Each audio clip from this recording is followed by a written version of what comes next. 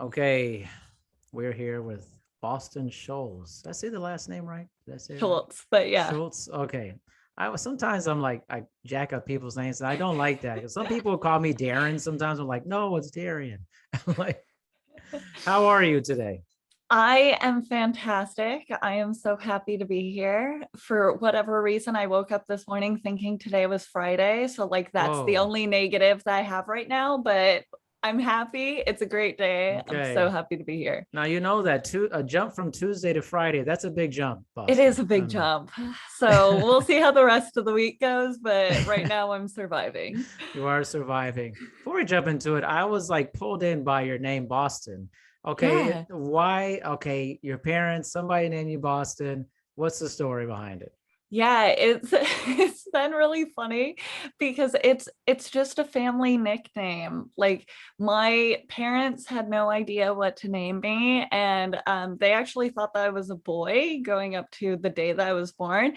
So they Whoa. had all of these boy names picked out and had absolutely no idea, and they were just kind of like spitballing some names with the nurses, and kind of settled on Boston as a nickname. It's not my legal name. I will tell you that secret now that it's no longer a secret. Now you got a Um, secret. but if you guys know something about me, and my nickname is Boston. I have family friends that call me Boston, and I just really went with it when it went with photography when I was growing my business. And now there's hundreds, no, I'm not going to say hundreds, there's a lot of people that call me Boston, but Yeah. it's just a family nickname that just started because they had no idea what to name me, and it just kind of stuck with me my whole life. Wow. Yeah, it's pretty cool. I was like, man, I don't think I know anybody named Boston. Yeah, I'm like, yeah. not common. you it's know? it's very unique, which I love because it's helped, I think, people remember who I am. Yeah. So when they're looking up like concert photographer Boston, they're like yes, you get concert photographers in Boston, but like yeah. I will also come up in that search, Yeah. and it's easy for people to remember. So that's why Right. I love it. I love using it as my name. I love people calling me Boston, so I It's love it. amazing. It's amazing. So speaking of concert photography, that is what pulled me in big time because I mean, like I've had so many different topics on the show, but like not this one, definitely not this one. And I wanted to learn about it. Ultimately, I think the audience, they want to learn about different things that maybe that's not part of their lives. And so concert photography, how, when, where, how did this happen? Yeah, yeah. I think that, to kind of sidetrack for a second, I think that people are obsessed with the idea of this as a job because every time you go to a concert, like everyone has their phones out. Everyone Right, wants to take a photo, they want to right. share a photo or a video of them like really enjoying that moment. So it's exciting for fans of music to just be there and take photos with your own, your own phone. And I think that people have been really, really drawn to this as an opportunity for a career. In the past few years, I've really seen a lot more people get into it and get really excited about it. And I got into it about 7 years ago. My background into it was kind of interesting because I never saw it as like a job or something that I was actively trying to get into. What happened was is I moved to New York City when I was in my early 20s, and I was in a long distance relationship at the time, and I had no friends in New York. So I was just honestly lonely. So Mm-hmm. I would go to concerts all the time. That was like my nights and weekends. I was just like, you know what? I don't have friends, but it doesn't matter because I can go to a concert and be around people, make small talk, chat, everything. That was really exciting for me. And it kind of filled that void of not having friends, as sad as that sounds, but it was honestly fantastic. But when I was at all of these concerts, I was starting to recognize some of these photographers that would come in and be at the front of the show.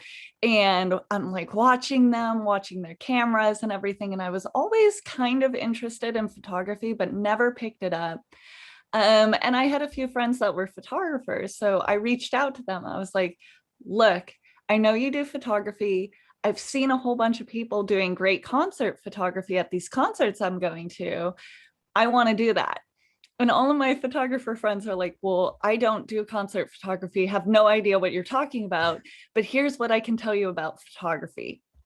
So I had a handful of photographer friends that really helped me pick out the right camera, learn the basics, understand what's going on so I could actually show up to a show and shoot. And then the rest was just me buying my own tickets, hassling these clubs to be like, can I come in with my camera? Can I shoot your band? And like finding who's playing certain nights and like emailing them saying like, hey, I'm trying to learn concert photography. Can I come shoot your show? And getting a lot of emails just like, yeah, sure. Or a lot of venues saying, yeah, whatever you want to do, as long as you buy a ticket and buy beers, like we're making money. We don't care if you photograph the show. And really made my way in there. I always say there's a little bit of a caveat here of I wanted to go to shows alone, and there's always creepy old men at shows. And with concert photography, for the most part, you're in a barrier up at the front. So it was a great way for me to escape the creepy old men at shows, and really enjoy the show. But I just kind of learned from the ground up. I had no mentors outside of like my photography friends that were like really just teaching me the basics of photography. I didn't know anything about music photography, how to get into it, what was needed, and how to communicate with people. I just kind of was winging it and figuring it out, and just grew from there and really fell in love with it.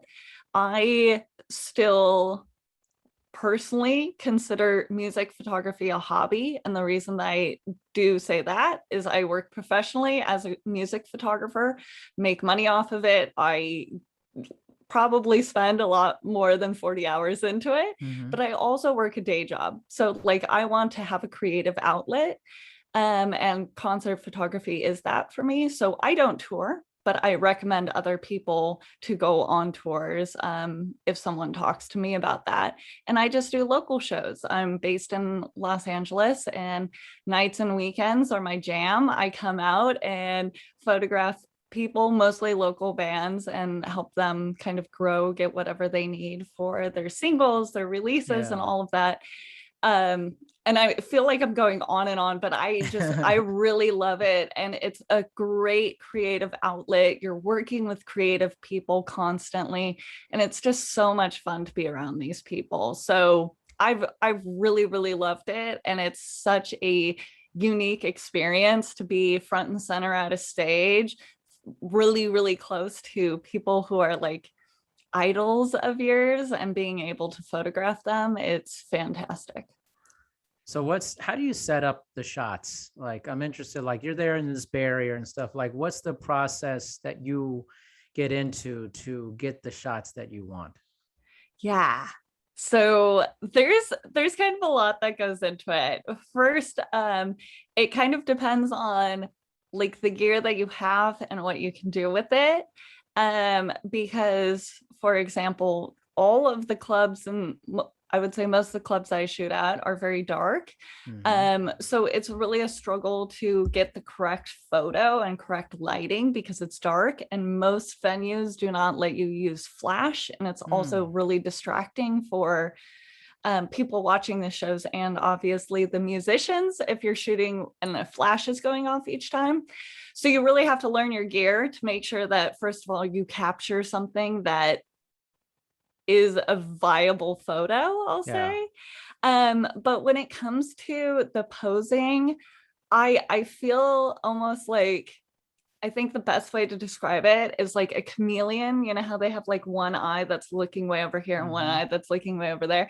I feel like I'm constantly doing that in shows, because you need to watch what's going on stage, kind of understand what the next steps are going to be for that band, what they're going to do, and then also have like one eye in the viewfinder of your camera to frame that perfectly.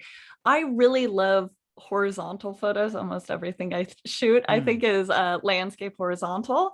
And I just kind of really just focus on the movement of certain actions and try and get that at the peak. So if someone's like, throwing a fist up in the air, to really like capture that moment as that action is happening and just frame it in a way where I'm capturing the whole scene. I like to shoot very wide so I can capture a whole moment. But at the same time, I really like shooting portraits where I'm like focused on the face and the facial expression. So I do a little bit of both. But really at the end of the day, for me, it's just making sure you have a viable photo. So that's all of your photography settings.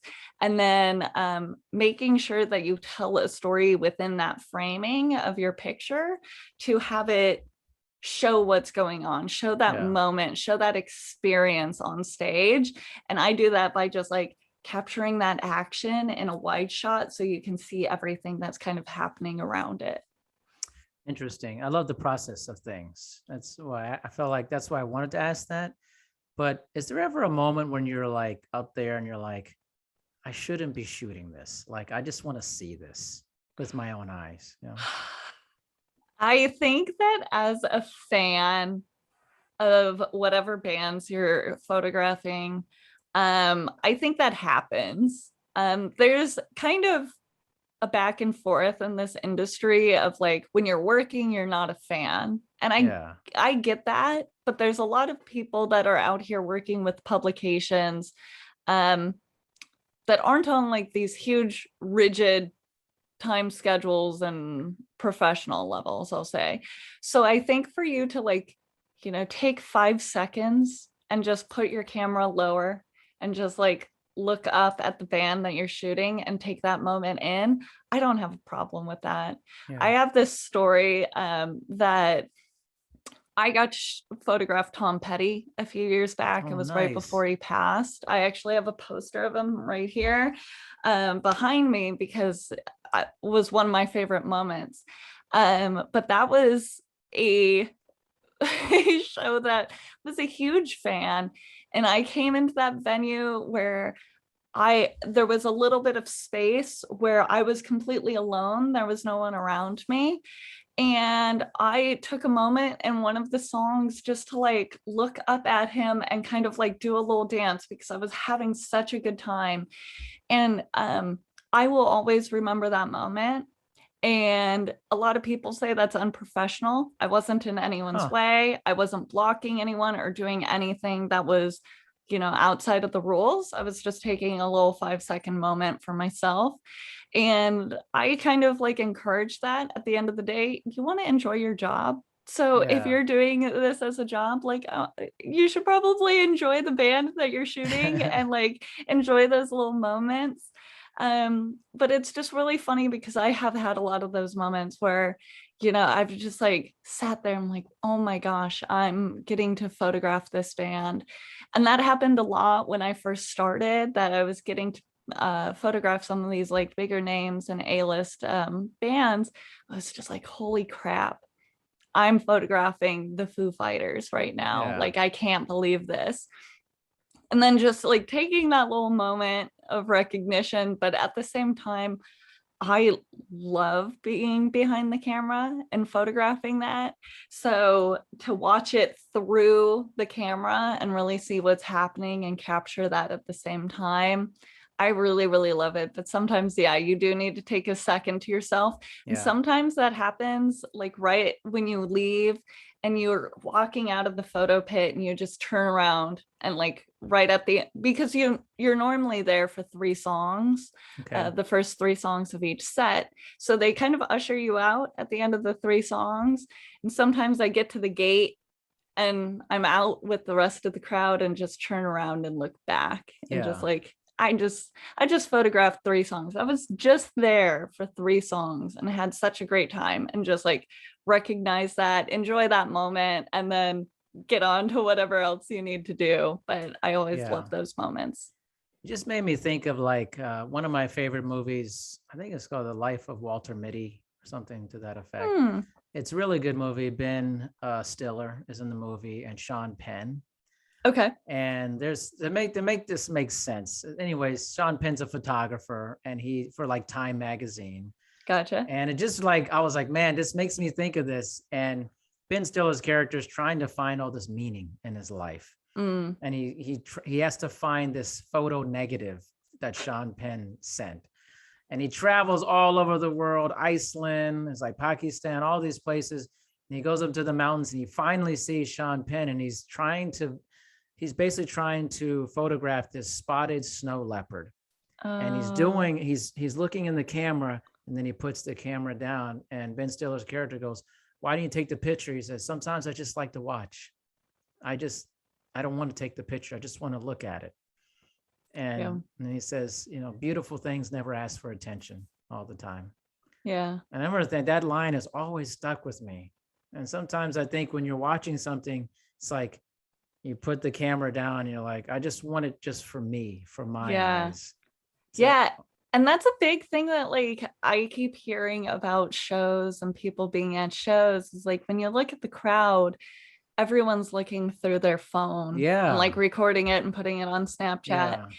And I've definitely been in the place now where I don't do that when I'm at shows. If I'm going as a fan, maybe take like 1 or 2 pictures on my phone, or like a video of part of a song that I really like. But to that point, I just put the phone down and really enjoy the moment.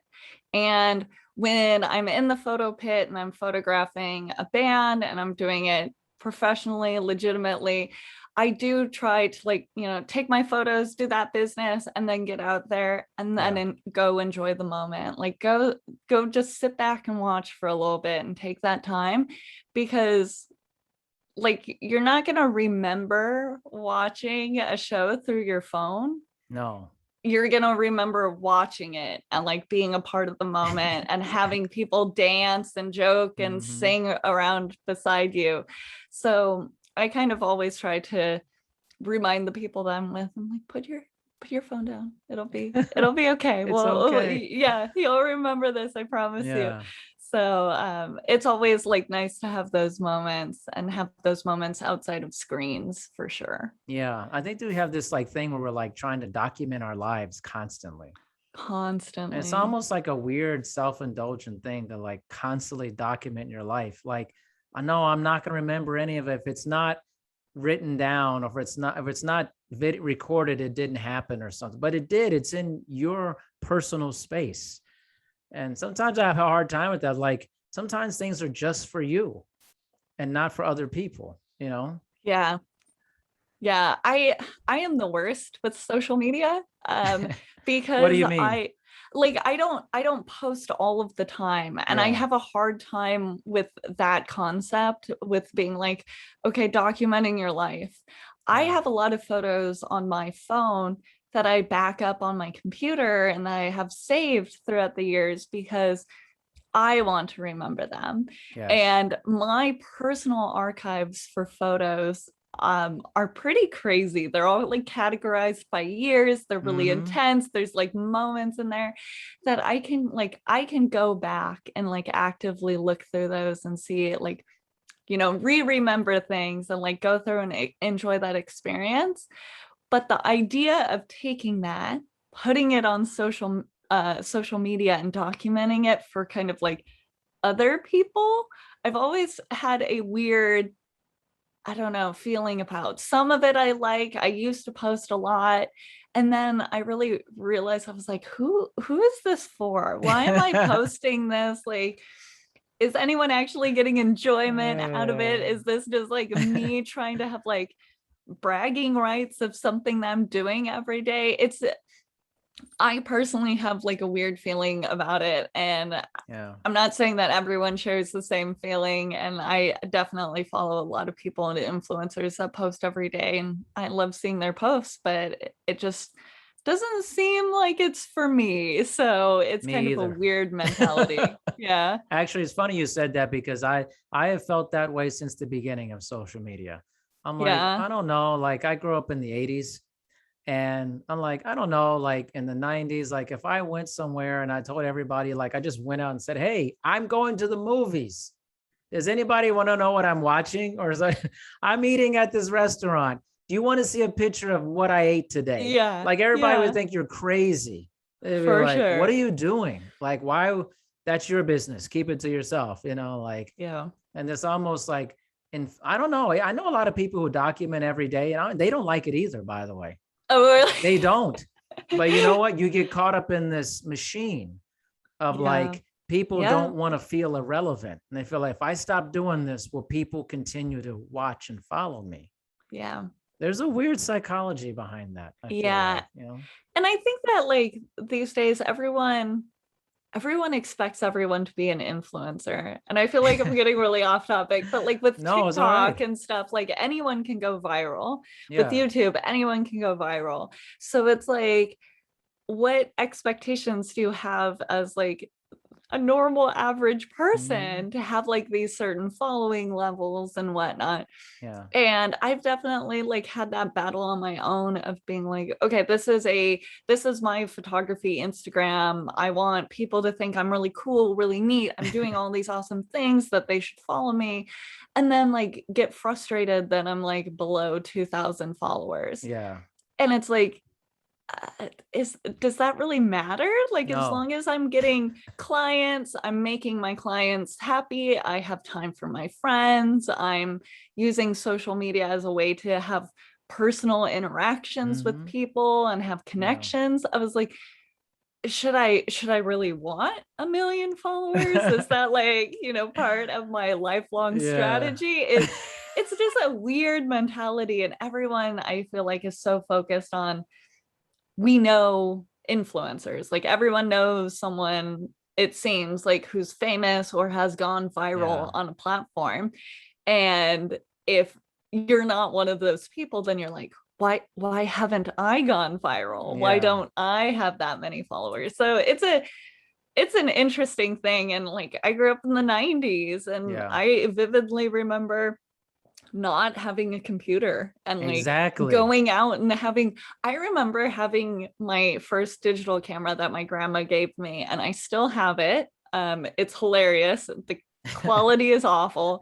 But like taking pictures and not having anywhere to post them. Like, I remember printing them, and Yes. they're like grainy, crappy digital photos, but printing them and like just putting them on my wall. And like Yeah. that was me being like, here's the things that I'm doing. Like, and it was just such a fun moment to have like those tangible photos and whatnot. Yeah. But it was something so personal. It wasn't like, hey, I'm taking these photos for you. Here Yeah. is my content for you. So growing up, taking photos just for myself and not having that social media aspect of it, I don't know, maybe it really like through my mentality that now I'm Yeah. like, oh, It I take did. photos for me. I take photos for my clients. I take photos for the people that I'm working with. I don't take photos for social media. I'm not taking photos for the masses. So it's just an interesting kind of topic when you add social media layered into it, because it's so like overwhelming and over Yeah. encompassing. It just takes over everything that we do as people. It does. We even think about, let's make it relevant to like, you're taking photos of bands. Not every band is going to be huge. Mm-hmm. It's just not going to happen. So like, so every band, let's say every rock band you ever shot, some of them will become the Foo Fighters, or Mm-hmm. they may be U2 or whatever, what Van Halen, but that's actually not a lot of people. That's not a lot Yeah. of bands. So Yeah. this the idea that every band you see is going to be the biggest band, that's a false thing. Yeah. There's only enough space for certain bands become stratospheric, iconic, or legendary. You're not going to be Pink Floyd, Yeah. like, I love that. And this is something that I've actually like talked to other people about, mhm. kind of similarly the opposite. Okay. Is that when I photograph bands, regardless of what level they're at, if it's their first gig, if it's their last gig and they're going into retirement, or if they're getting huge, or if they are huge, my photos and what I want to do for them is make them feel like rock stars. Like, Yeah. I want them to look back at those photos and feel like, oh my gosh, I was on the top of the world. This is amazing. I look fantastic. Like all of like, I want them to feel the like best about themselves and be so powerful and happy. And to your point, not everyone will get to, you know, Spotify's top Yeah, 100, you it's know, okay. every week or whatever. And that's totally fine. But the thing that I can do for you is make you feel powerful, make you Mm, feel awesome, make you feel loved, make your music feel loved, make you like really look like, you know, everyone at that show is having a great time and that you're doing the thing that you want to do. So like when I'm photographing someone, I'm like, regardless of where you're coming from and like what level you're at, I want to make you feel great. I want to make you feel like a rock star, regardless of the position that you're in. And I think that everyone, every band kind of deserves to feel that way yeah. because you're creating something so unique. Like everyone loves music. So when you're doing something so personal and like creating your own songs and getting up in front of people and getting up on stage, you're already, you know, jumping so many barriers of being really true to yourself and really Yeah. opening yourself up for criticism and critique and whatnot. And I'm like, I just want to make you feel good. I just want you at the end of the day to look back at these photos and be like, I am so proud of me for doing that show. I am so proud of our band to get together and really like thrive, you know, that day.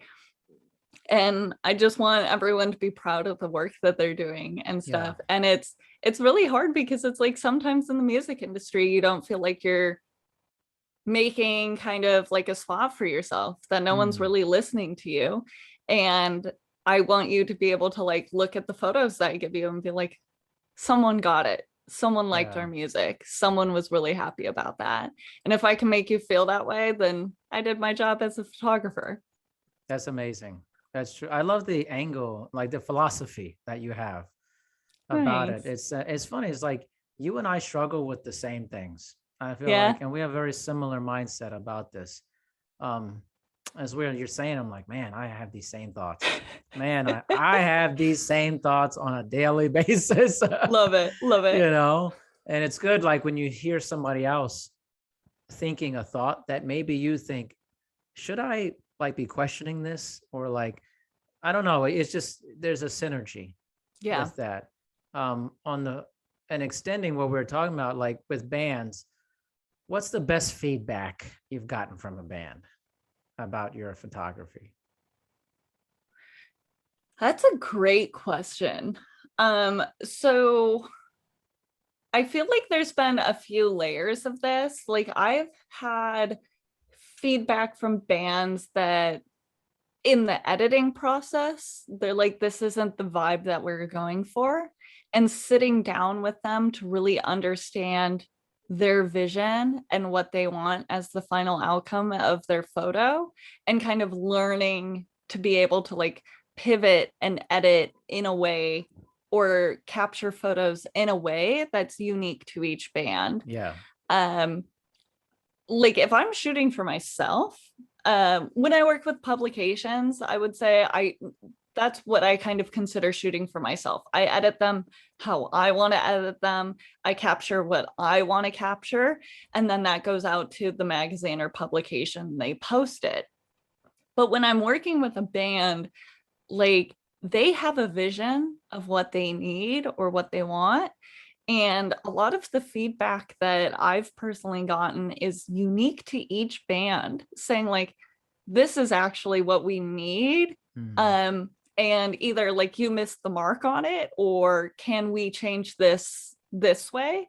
So I've gotten used to kind of over communicating about okay. certain things and trying to have those conversations and figure out all of that information up front, so I don't go into it, you know, just capturing something for me, and then at the end of the day the band's like, this isn't what I wanted at all. Yeah. So just really learning how to pivot my style to match each band, I think has been, when I first started, was a lot of the feedback that I got was just like, this is what we were actually looking for. And it was just a kind of vision mismatch. Wow, I really struggled through that one. But having that mismatch there and just learning from that to change to be better for each band that I was working with.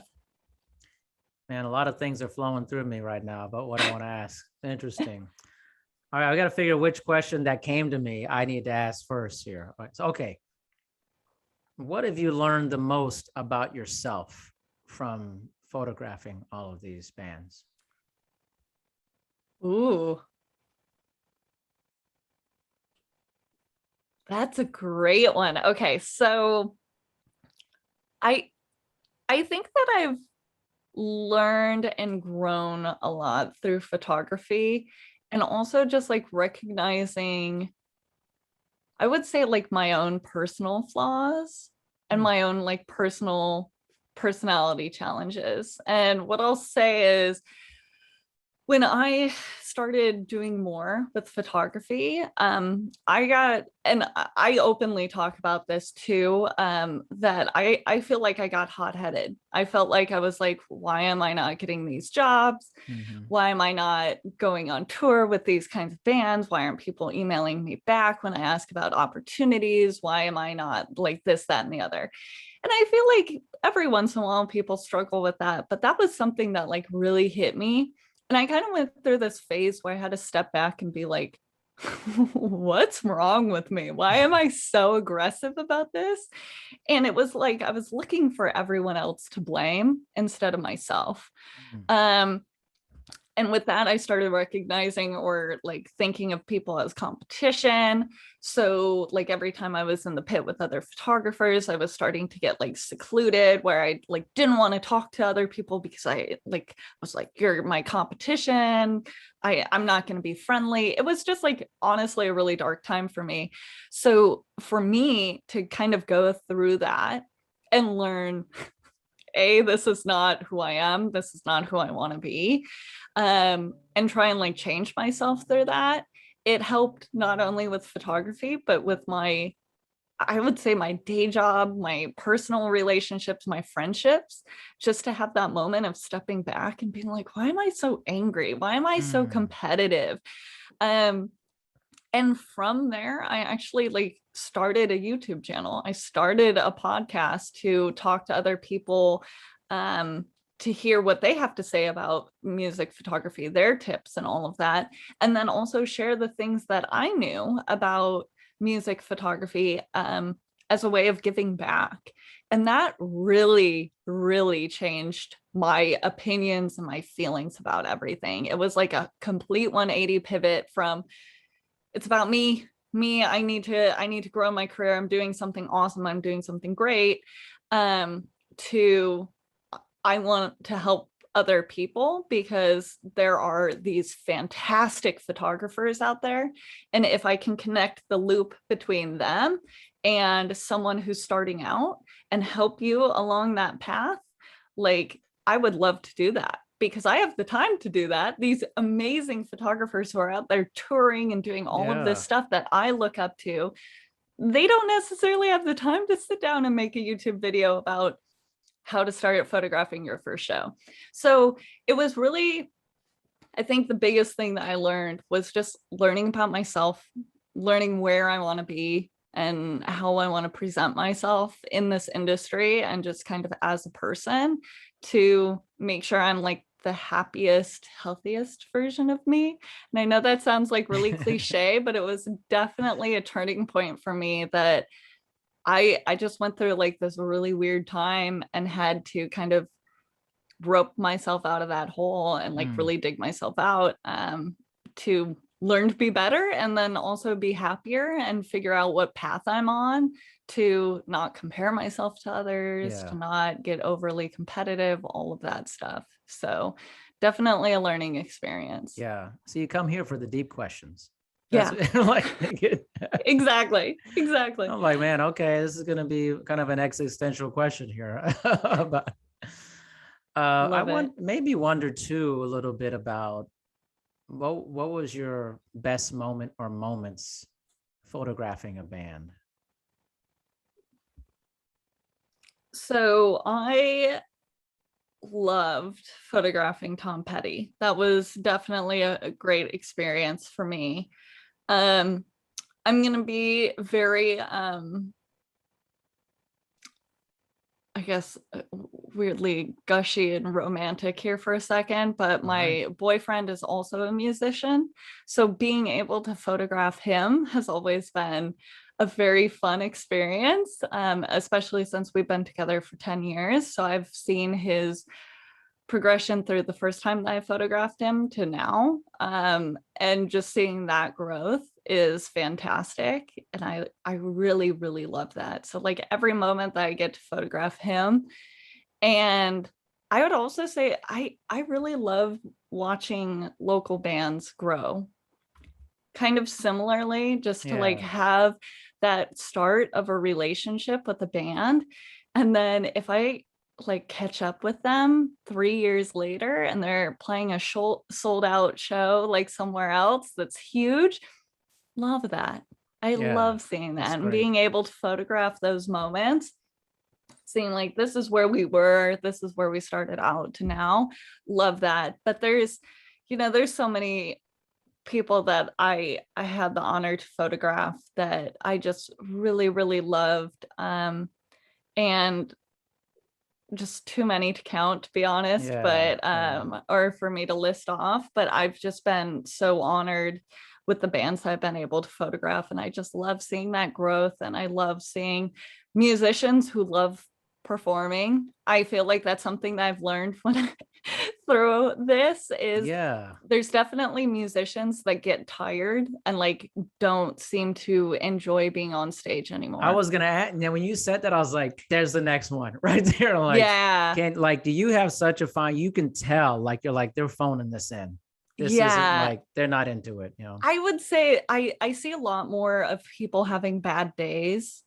And I totally get that. I mean, like when you're this, you know, any level kind of like celebrity musician, everyone's expecting you to be exactly perfect on stage every single night. And you can kind of see it when like at the halfway point of tours, I would say, and the end of tours. Normally a lot of people get really happy at the end of the tours because they're like, okay, we're done. It's or over almost, like it's and like sometimes there's like a joy and like, oh, it's been like rough, but like this is really exciting and enjoyable. So it like fluctuates and everything. But there have been quite a few bands and musicians I've noticed that just like aren't having it that day for whatever reason. And I don't say this in a negative way. I don't blame them. It's a tough job. It's exhausting. But it's definitely noticeable in photos sometimes, I would say. So sometimes I've had to like focus on like, okay, am I doing unique angles here? Like they're not giving me any movement or facial expressions. Like how do I pivot to like make sure that these photos are really engaging? And then there's bands that are kind of like blunt about it, that are just like legitimately having a bad day and will not allow photographers. And it's kind of frustrating because people will complain about this a lot in the industry, saying like, hey, I found out that this show is not allowing photographers 2 hours before the show, and I was already there with all my gear, and like obviously that's upsetting. But at the end of the day, it's their call whether or not they want photos of them that day, and it could be for all various reasons. So it's like, look, if someone's having a bad day, or if they have like a really bad zit, like are they gonna want photos, you know? So it's just kind of interesting to like respect those boundaries. Like these are people at the end of the day. Don't act like they're not, that they're you know, robots doing the same thing over and over again. They're going to give the same energy every time. But also learning to be flexible in this industry, I think, is really important. I cannot tell you how many times I have been approved for a show at the time that the doors are open. So like I need to grab all my gear and rush out to go photograph a show, or, you know, I'm at a festival and they're like, actually, we decided no photographers. Mm, or actually we decided it's only the first song, so you got to capture everything in the first song. yeah. So just learning how to pivot and be flexible, and like also just understand that everyone in this industry is a human. So like don't take your anger or frustrations out on them, and let them have their moments. If they're having a bad day, walk away from it. Yeah. It's not on you. It makes sense. I mean, I think anytime you're performing for other people or you're providing a service where you're in front of people, Mm-hmm. the expectation is that you're going to have this A-level performance every Mm-hmm. single time. And I'm sure, like in my profession, I have a similar thing, and other people probably have it's like you have to be on all the time. And Yep. like a bad, but if somebody's paying for something, they don't want your bad day. They're like, no, I paid Yeah. for this. So I want, like, you may have been in these 10 cities. Why do I get the bad performance on the 11th city? I paid Yeah. too. It's hard. It's a difficult thing. Yeah. Yeah. And like honestly, you could be sick too. Like think Right. about all the times that like the average person can call in sick to work. How do Mhm. you call in, 20,000 people and tell them like, hey, I'm not doing this because like I have body aches and I have the Yeah. flu and I want to stay home. Like it's hard. So sometimes like you may never know, but like maybe the musician that's playing that night has a really bad head cold or has Yeah. the flu, or like I don't know, dislocated their shoulder. Like there's Yeah. How so do you many things know? that could How happen do that you you would know? probably not know about. And then like it comes across as like, oh, they didn't have a really good set that night. Right. And it's just like we hold them up to these standards that are almost insane at Yeah. this point. And that's one thing that I've like really just tried to recognize, especially with working with local bands. You can really, from actually being coordinating with them and communicating with them and like know if they're having a bad day or a tough day or like a family activity or something is going on that's really distressing to them, and they just have to act like nothing's happening and Yeah. going on Yeah. stage. So it's really interesting to see that, and I just have really gotten to the point where I'm like, this is a person. Let's treat them with empathy and like look at it from how would I want to be treated if I was having a bad day and had to deal with this. And really like, I guess, monitoring my personal attitude and how I'm coming towards this too, to just make sure that I bring a little bit of joy and happiness and not an additional Yeah. annoyance to anyone's bad day. Yeah. But yeah, it's a really interesting topic for sure. Most definitely. I gotta tell you, this is fascinating. This has all been very fascinating to me.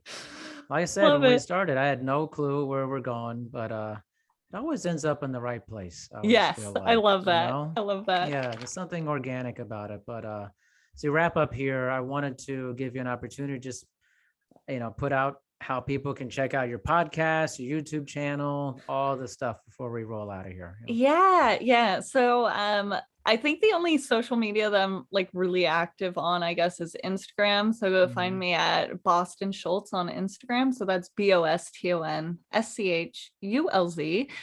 On Instagram, I'm also Boston Schulz on YouTube. So if you type in Boston Schulz, you'll find me and find my YouTube videos. I'm trying to put out a lot of content about getting into the music industry and getting started with photography and just some of those generalized tips that you need. And then, like we kind of touched on, I do have the podcast, which is more of the interviewing other music photographers, getting their advice and kind of like diving deep into the industry. And that's called Taking Over the Photo Pit. And it's on Spotify and all of those fun things. So yeah, check that one out too. Fantastic. Well, thank you so much for being on. I really appreciate it, Boston. Thank you for having me. I love your podcast. I love Thank talking to you. you today. And like was wondering what are we gonna talk about? And I had so much fun. I have my iced coffee here, and it was Yeah, like just such a fun conversation this whole time. So thank you. I really appreciate it. I love having like conversations, just Yeah. being happy and diving deep into things. So thank you so much for having me and listening to my long rants. It's okay. You know what? I've gotten really good at listening, doing these podcasts, Yes. because a lot of people chat about things. When somebody's passionate and they enjoy what they're doing, they're going to Mm-hmm. talk a while about it. And for me, it's an education. I'm just trying to listen and learn and hopefully ask something decent when Love it. when it's my turn, you know. Love So it. Well, thank you. thank you, and we'll be in touch. Thank you so much.